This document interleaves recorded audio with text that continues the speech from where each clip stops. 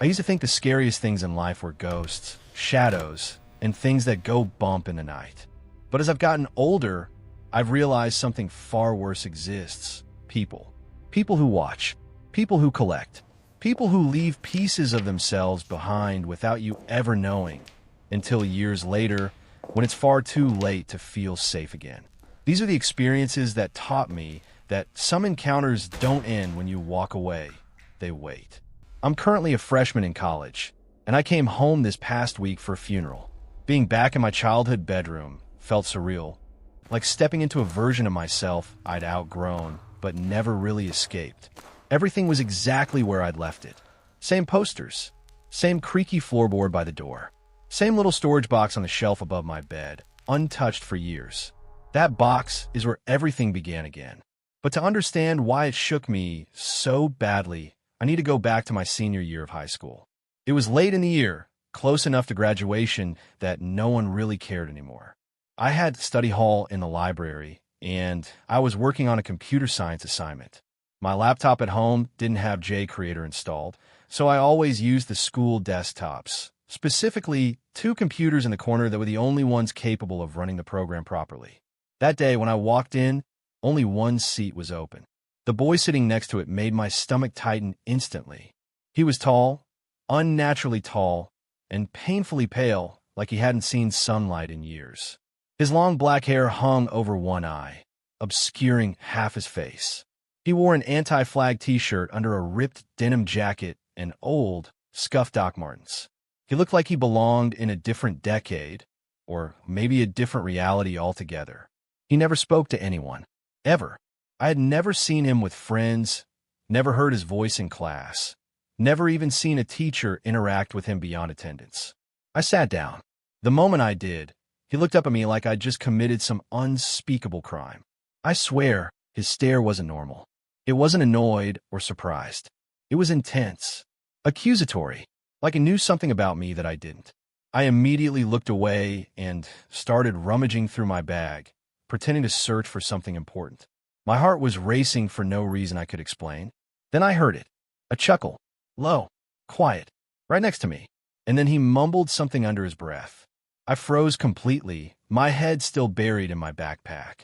My brain scrambled for logic. I told myself he was just frustrated with his code. Anyone who's done programming knows how maddening it can be. When I finally sat up, I typed in my login details way too fast and said the first thing that came to mind just to break the silence. She assigns too much homework. I can barely keep up. He didn't look at me. His eyes stayed glued to the screen. You want the answers, don't you? He said flatly. I laughed nervously. No thanks. I won't learn anything that way. Normally, I would have said yes without hesitation. But something about the way he spoke, like he was offering me something dangerous, made my skin crawl. He laughed again.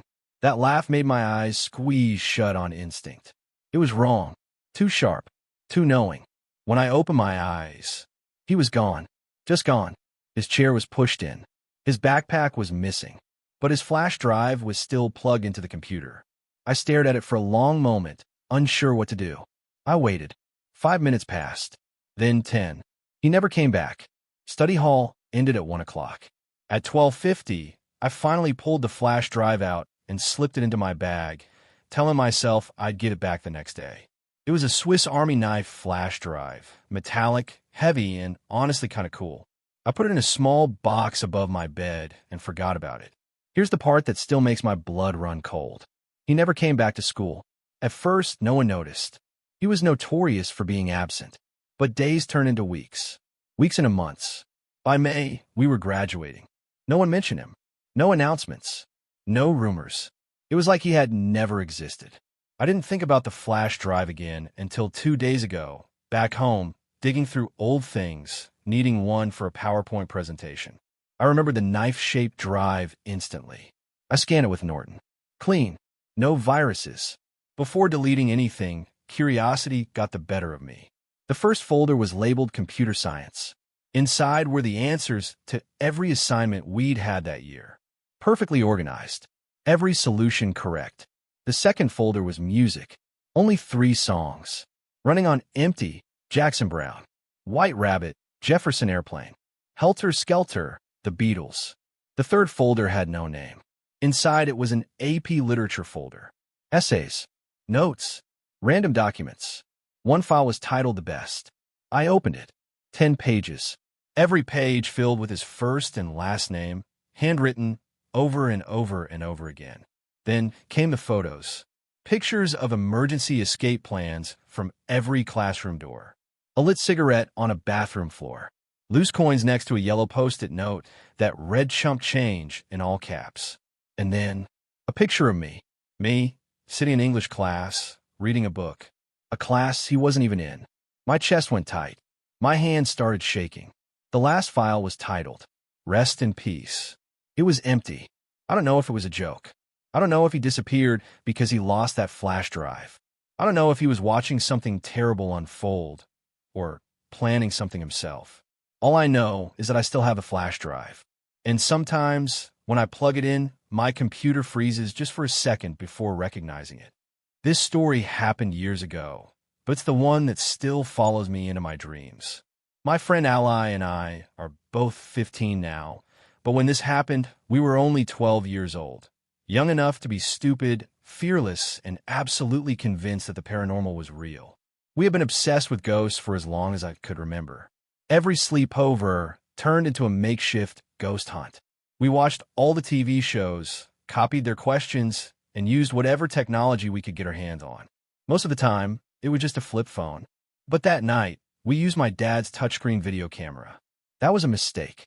At the time, I lived in a very old house. The kind that never truly felt empty, no matter how quiet it was. The floors creaked, even when no one walked on them. The air always felt heavier at night. And the basement was something else entirely. It wasn't like a normal basement. When you walked down the stairs, you entered a large, open storage room filled with old furniture, boxes, and forgotten things no one wanted to deal with anymore. Beyond, there was a medium-sized laundry room with a washer and dryer that sounded like they were struggling to stay alive. And at the very back, almost hidden, was a small, cell-like room. No windows, bare concrete, one weak light bulb. No one used it. No one liked it. Even my dad avoided it. That night, around midnight, Ally and I were wide awake, fueled by sugar and adrenaline. The house was silent. Everyone else was asleep. We decided it was the perfect time for another ghost hunt. We grabbed the flip phone to record audio and the touchscreen camera for video. I remember my hands shaking slightly as I turned the camera on, not from fear but excitement. We went downstairs. The moment we hit the bottom step, the air changed. It felt colder, thicker, like the basement was holding its breath. We started asking questions, copying the shows we loved. Is anyone here? Can you give us a sign? Did you live here? Nothing happened. No sounds. No movement. Just our own breathing and the faint hum of the house above us. After a while, we got bored. We went back upstairs and into my bedroom, practically bouncing with excitement as we reviewed the footage for the first time. We expected something. A noise. A shadow. Anything. But there was nothing. No voices on the audio recording. No strange movement in the video. We were disappointed, but still proud. It felt official, like we were real ghost hunters now. We couldn't sleep, so we played board games, talked about school, laughed quietly. And then, for no real reason at all, one of us said, "Let's watch it again." The second time was different. The moment the video started playing, I felt it. A heavy, uncomfortable feeling settled in my chest. Ally felt it too. I could see it on her face. The excitement was gone, replaced with something dark and wrong. We turned the volume up. That's when we heard it. Footsteps. Slow. Careful. Not ours. They echoed faintly through the recording, perfectly timed between our voices, like whatever it was didn't want to be heard. My stomach dropped. We rewound the video. Watched again. Then we saw it. The camera had been pointed at Ally as she stood near the laundry room, laughing and talking. Behind her, just barely visible in the darkness of the back room, something moved. A figure. Not fully human. Its shape was wrong. Too tall, too thin, slightly distorted like it didn't quite exist in the same space as everything else. And its eyes, bright white, not reflective, not glowing like an animal's. They were watching us through the camera. The moment we noticed it, the figure seemed to lean forward slightly, as if it knew it had been seen. We shut the camera off instantly. Neither of us screamed. Neither of us cried. We just sat there, frozen, staring at each other in total shock. We didn't wake my dad. We didn't tell anyone. Something deep inside us knew we weren't supposed to talk about it, like acknowledging it would somehow make it real. We went to sleep with the lights on, and we never went into that basement again. Even now, years later, Ally and I still talk about it. We both remember the same details, the same eyes, the same feeling. I don't know if it was our imagination, but I know one thing. Whatever was down there, it knew we were watching. This happened on Halloween in 2014, and it permanently changed the way I see places that are supposed to feel safe. My name is Max. I grew up in a small town near Findlay, Ohio, and I went to Van Buren High School. Van Buren was one of those quiet villages where everyone knew everyone else. On the surface, it was the kind of place parents felt comfortable raising kids. But if you live there long enough, you learn that quiet doesn't mean harmless. The worst place in town was Van Buren State Park. Everyone knew it had a reputation. There were stories, assaults, people being followed, things happening that never made the news. Still, most of us ignored it. My friends and I had spent years biking the trails, fishing, setting off stupid smoke bombs in the woods. Nothing bad ever happened to us. That made us careless. By my senior year, I had enlisted in the Army National Guard. I took fitness seriously, and running was part of my daily routine. On Halloween afternoon, I asked my best friend Ian if he wanted to run the trails with me after school. He agreed immediately. It was around 4 p.m. when I pulled into one of the park's parking lots to wait for him. That's when I noticed the silver car. It was old and beat up, parked at an odd angle. Inside sat a bald man, older, maybe late 40s or early 50s. Something about him was immediately wrong. He wasn't on his phone, wasn't reading, wasn't eating. He was just sitting there, staring directly at me. His eyes were wide, unblinking. His mouth was twisted into something that wasn't quite a smile, but wasn't a frown either. It was the kind of expression that makes your skin crawl without you knowing why. I glanced away, hoping he'd lose interest. He didn't. I could still feel his eyes on me. When I looked back, he nodded slowly, like we were sharing some kind of secret.